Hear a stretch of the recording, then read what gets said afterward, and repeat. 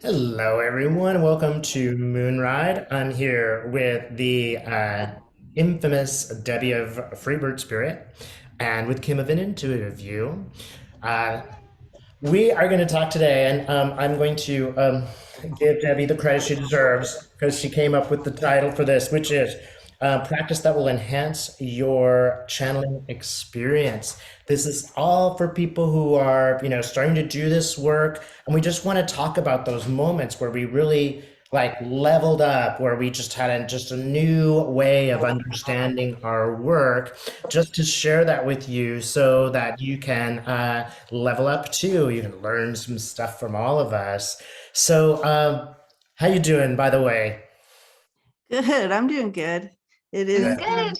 Yeah, Wow, it's good. a good Saturday. Yes, happy. we recorded this on Saturday, so it's been a beautiful Yes. day off for me. So yeah. Yeah. Good. Yeah. Thanks so much for taking your day off. Also we did this because these are some really triggering times.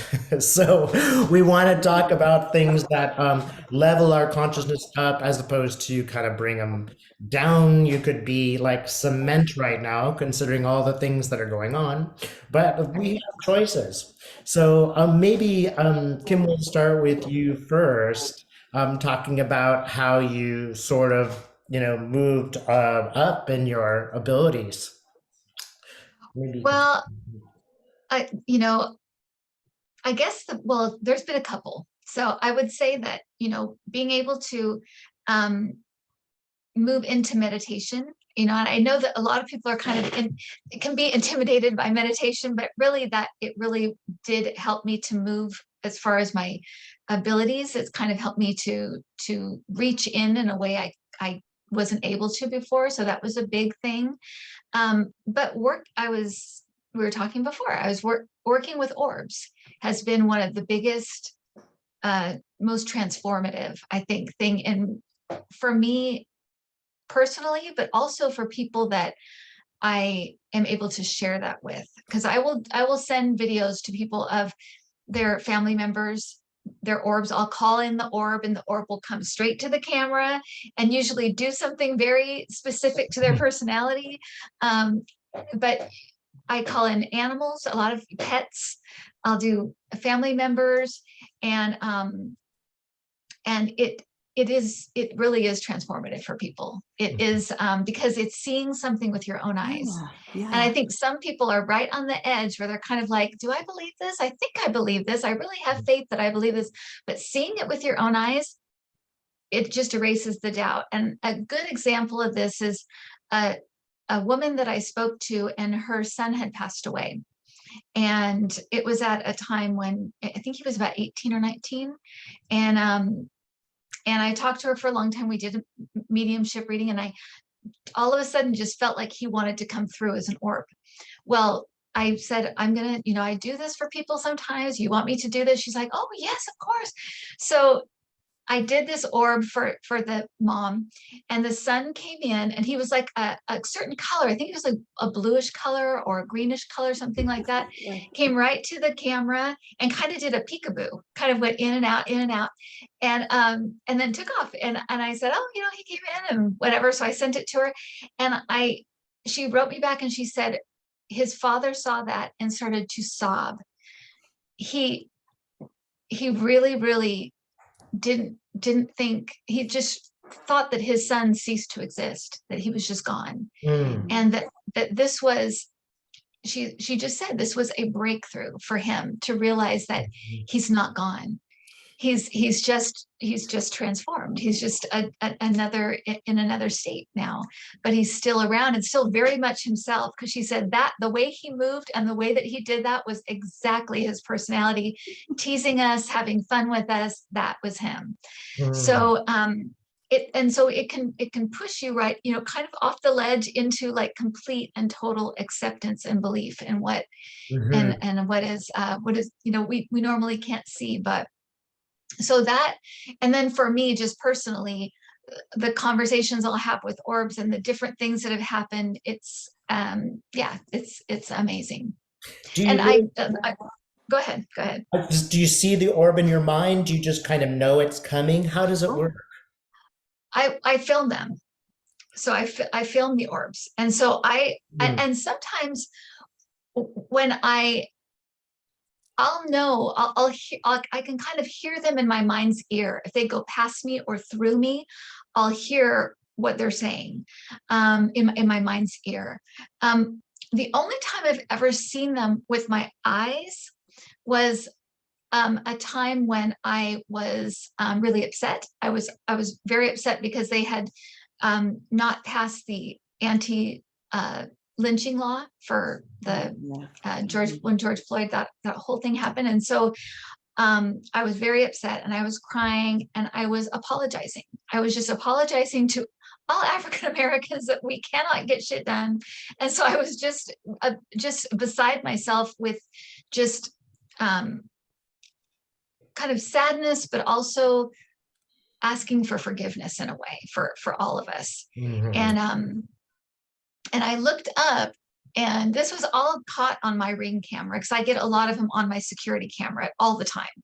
So I was looking up and I could see sparks on the ceiling, and this was late at night.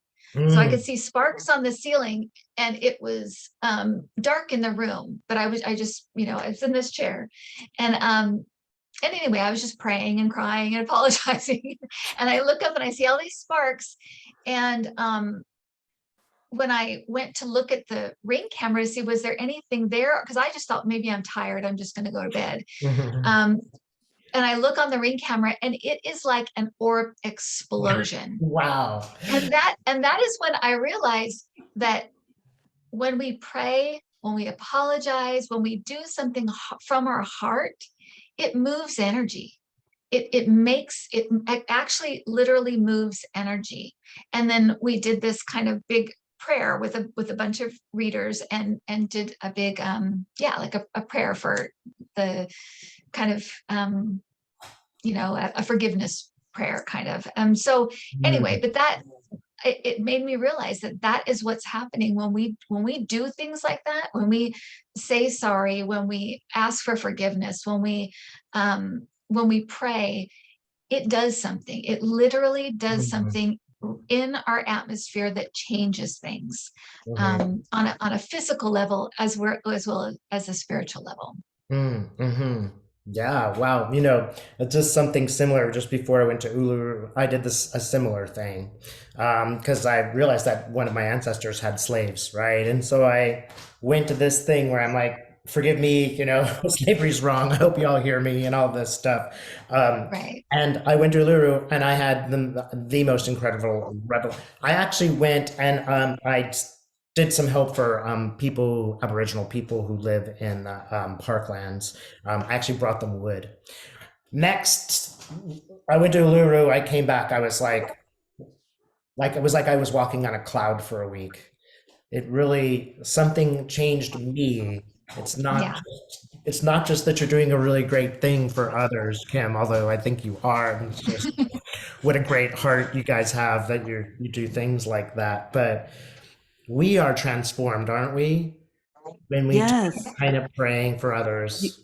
You can't backpedal out of that connection with spirit as you step into the energy of prayer and intention.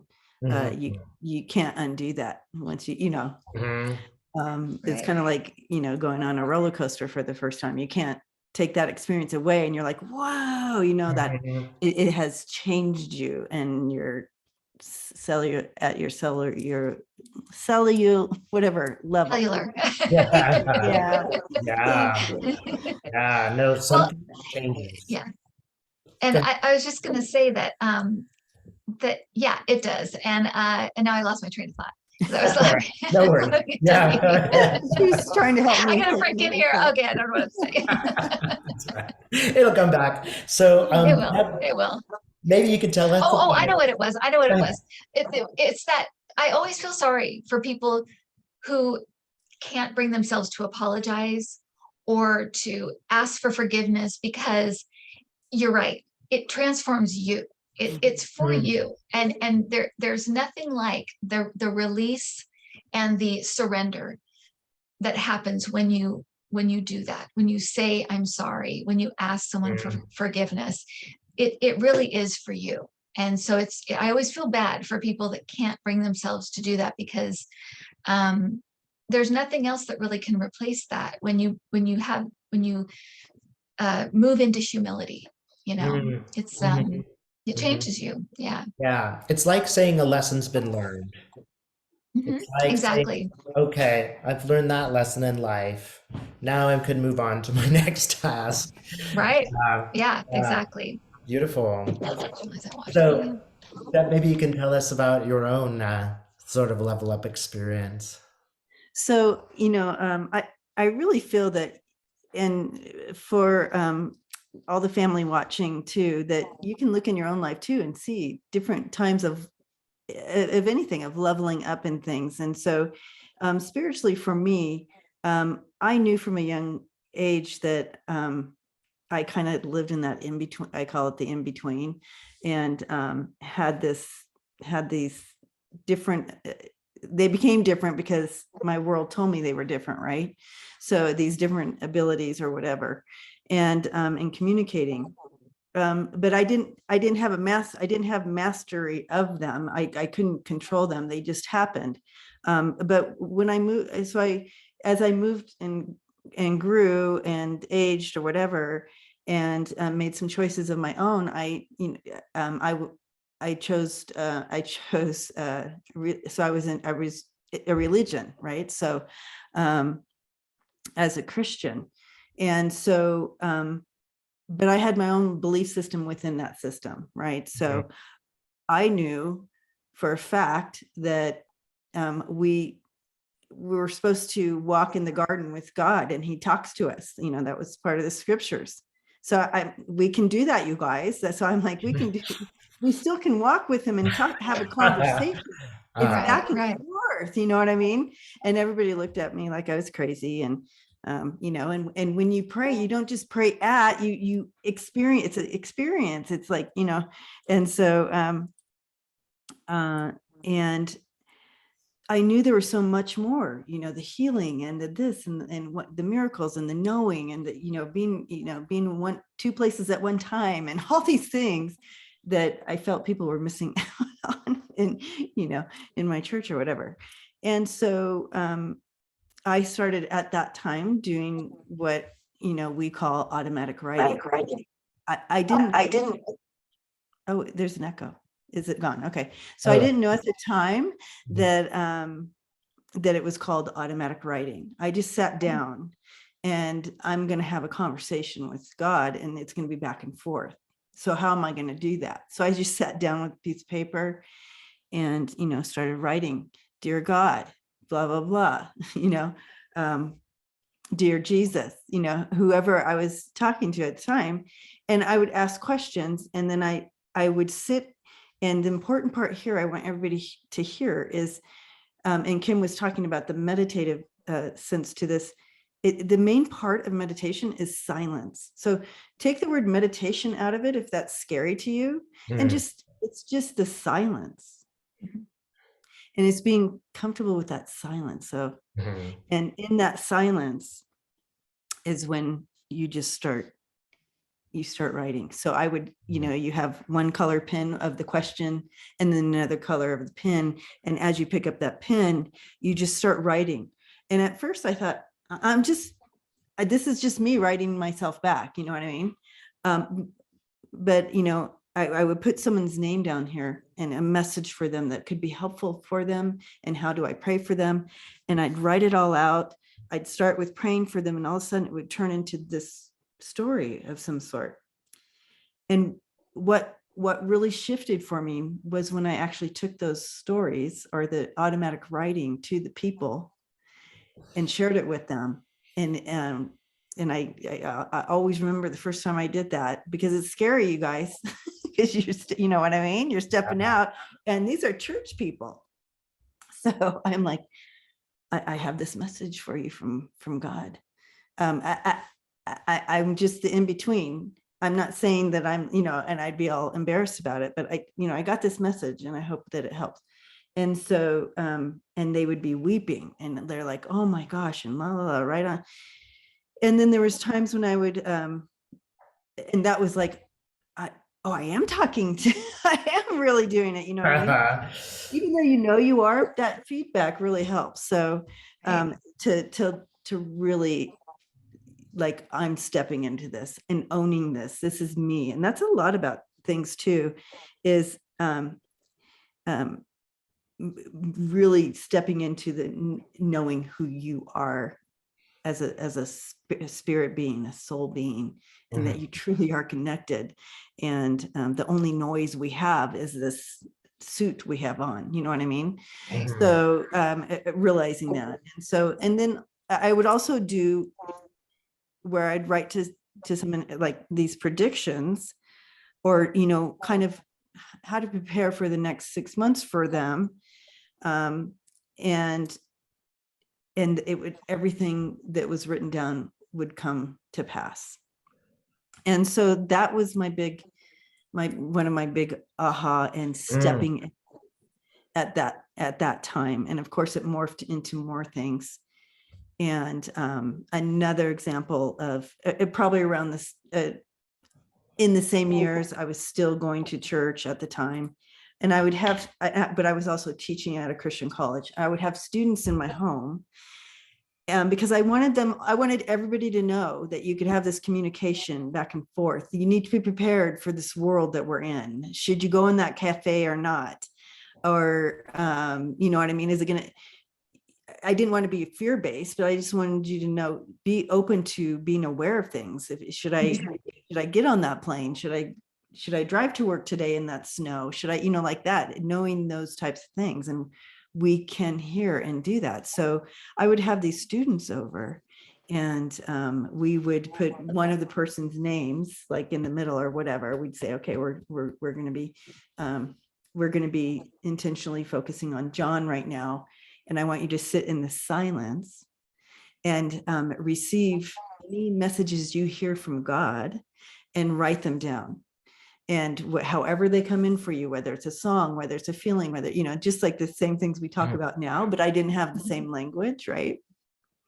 So we would do that. And then we would share, and it would be like, we all got the same things and the same messages coming through, a little different, but the same messages. So they're like, we can hear, we can communicate, we can have this back and forth. And so that was also just such an amazing awakening for me, or that step into a deeper channel, as for me. Today, what helps me, so that was a long time ago, right, guys? So today, what helps me is I have a light language. So if I am feeling off, or I need to really step into that space of channeling and really receive those messages, I will use my language. Tell me more about that. I've just heard the concept of light language. I don't know if you guys have ever watched, they call us channelers, but I'm starting to watch, it's on YouTube, and there's all of these different channelers speaking about their experiences, and they mentioned light language. So I don't know anything about it. What's that like? Um, you know, for me, it started a long time ago, but you know, it's something I never would do out loud, or in front of people, you know. But it mostly came when I was doing energy healing for people. So if people were, I used to have a space where people came in person when I lived in San Diego, and my Reiki hut. And so the light language would come when I really strong when I was doing the healing. And I also can get interpretations for that too. It's kind of at the same time, but allowing that energy, but that would literally put me in that in between like that. And I was able to maneuver in messages, and my visions were strong. Everything's stronger when I'm in that space, because I feel like it sets me more aside. And I think, Kim, you talked a little bit about like kind of being up here when you're channeling, that Yeah. you're kind of not fully right in here. You're kind of up here. And when you're done and you kind of pull it back in, you come back into your body. So that's kind of what happens when I do the language comes. I don't know the language. I Mm. can't pinpoint it to this or that. But it's just, I mean, I have no idea like how it came or Huh. where or what. It just comes. You Huh. can't make that up. Like you can't even, Right. if I started speaking in that language, you'd be like, whoa, like I can't make it up. I can't, you know. Right. Right. Wow. So I Uh, don't know if that helps, David, but that's kind of, oh, it's everybody fascinating. has different experiences with their language. Like JJ Tuta speaks.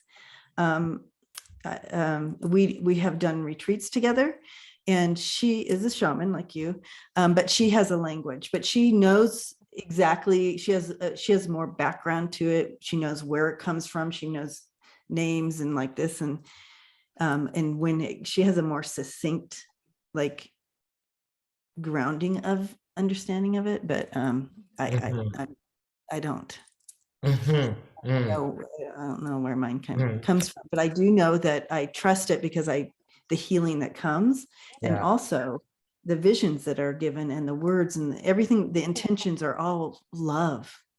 And Mhm. so when you know the intentions that are coming from it are uh, love based, Mhm. you're good. Yeah. How do you know they're love based? uh, by how people are experiencing it, as Right. well as the visions they give while the language comes, Mm. and the messages that come with it. Mhm. It's all based from a place of love Mhm. and enhancement for the person that I'm channeling for, or the situation. And I'm very sensitive to all energies. And I can tell you right now, if there's something evil in the house, I will know Mhm. 10 miles away. Yeah. Mhm. Mhm. I think Any pesky spirits are not allowed. I think maybe as women, you just guys got a more immediate sense of that. I kind of had to learn. I kind of had Oh, okay. to learn, like, okay, Dave, check with your heart. Is that okay? No, it's not okay. I really had to actually like make a process of discernment because we don't, in our work, I'm sure you guys agree, you don't like let anything in, right? No. You are maybe just a little bit, how does that feel? And I'm sure you agree, it's just, you can feel it when it's not. When it's kind of ego based, it's just a little bit more, it's like the spirit of love will never tell you what to do. It will always sort of give you a parable or an example. Yeah. Right. Okay, now we're echoing here at interesting times. I noticed you were echoing when you were talking about automatic That's writing. It's like, so I'll let our viewers make of the word example what you will. I do want to say to the Uh, family that are watching too. So if really opening up to allowing a language to come in like that to help, mm, find a song that you want to sing that also can get you into that space. So sing a song. Um, Great advice.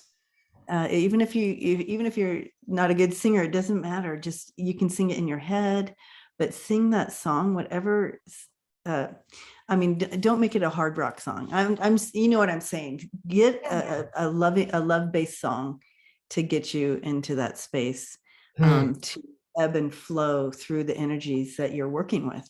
Mhm. That's a kind of a great introduction to what I was going to mention in terms of my own leveling up because I didn't realize it, but when I'm doing this work, I'm working with a group called the V Group, and once a week we kind of go way out in space and have this conversation with these beings that are coming in. I'm moving from just I see an image, let me explain it to the point where I'm not explaining, it's just coming through me. It's really trans channeling stuff, which I have to say hesitated to put on. I've hesitated to do it for a while. But working with a group, and this is why I want to compliment you both, is just there's something very you feel very safe doing it, right? So we were talking about doing something similar because you just feel like the others will come in and help if anything, and I don't think necessarily anything's going to go wrong, but if you feel like you are completely safe in this space, Yeah. that it can happen. Right. And Yeah, you just, have the right people holding that space for you. yeah, Yeah. Yeah. yeah. Just before it happens, actually, I hear music. And I'll keep hearing this music, and it's like it doesn't quite have words. So now I know why. It's like, oh, that's what's going on. Yeah. And it's like, Interesting. it kind of sounds like, I used to live in Hungary, so it kind of sounds like a Hungarian folk song, which is a really intriguing magical language. And I keep going like, why am I hearing this music? And I keep asking the others, do you hear the music that's playing? And they're like, well, kinda. So now I guess I know that's like sort of a precursor to what I'm doing. And that is my sort of level up story, is that for years I've been told I would trans channel, and I'm not necessarily just gonna jump into, oh yeah, take over my body, I'll be back. I'm not sure I want to do that tomorrow. But over time I have been persuaded. So, one level up I would say is out there, find your, Deb and Kim that you can work with, because working with others, it really is just that I think is my biggest level up. As I watch you guys work, I just feel heartened. Like, here are these people who are here for the right reasons. They have total integrity. They're really here for the love. They're really here to help others, and it makes me feel very optimistic about our human race and what we can do and how we can come together. So, like, one bit of advice I have is, you don't have to necessarily become part of a group. You don't have to follow a particular trail or anything, but meeting with others and doing some work with them is it's really going to help you move forward. Um, yeah, now we just talked about one other thing that I'd like to do with y'all, just to see if this is a level up for you, and that is just I call it finding your doorway. So is it okay if we do that? Yeah, let's do it. Yeah, I'd love I'm to. Okay. excited. Yeah, this is Yeah. that's the idea of just I love to give people practical examples, and I hope you will follow Kim and Debbie's too. This one, it involves, and you can close your eyes or open them as you prefer. I tend to close my eyes in this. And first, of course, is, I do want to make sure people take some form of protection, and whatever protection works for you is fine. But you do want to make sure that you're aligned to the light. So whatever protection you like to do is great. Right now, I'm just going to use my pyramid. Welcome to use this or any other kind. And that is, I just put a pyramid above my head, and I put in anything that looks like love. So I'm actually seeing my parents when I was a baby, giving me love, and putting that like a little box in my pyramid. Grandma's cooking, that feels like love to me. Whatever feels like love to you, put in that pyramid above your head. Now, one thing that's interesting is I always ask my clients, what color is your pyramid now? And they will actually have different colors. So I think that's helpful, just because it sort of identifies your pyramid, if you will. But surely, definitely, you want to put in some love. And then I'm just going to lower that pyramid around me. And this just creates a sort of love protection. I see myself in the center of the pyramid, and I'm going to invite some people who loved me who have passed from this lifetime. And that tends to be consistent for me. It may become consistent for you, but whoever truly loved you, and they don't need to be perfect, but somebody who loved you, who is on the other side, and you don't need to pick everybody, because you don't need to, it's not a democracy right now. It's just who's showing up today to help. And I'm seeing the usual people, and I'm going to invite them into my pyramid and say, can you make sure only the light gets through? And there's like, I can see them on either side of me, my aunt and my grandfather, and I can see them nearby. So feel free to visualize that. And now we're good to go. We're just going to ask and make sure only the light gets in. And now I'd like you all to just go back in your life a little bit. You might see yourself 10 years ago, see yourself doing what you're doing, see yourself learning. Maybe go 20 years ago and see yourself learning. And then go 30, see yourself learning, becoming you. And go all the way back to the moment you were born. And maybe you can see yourself being held in your mom's arms, right? And then from there, you can go to the time before you're born.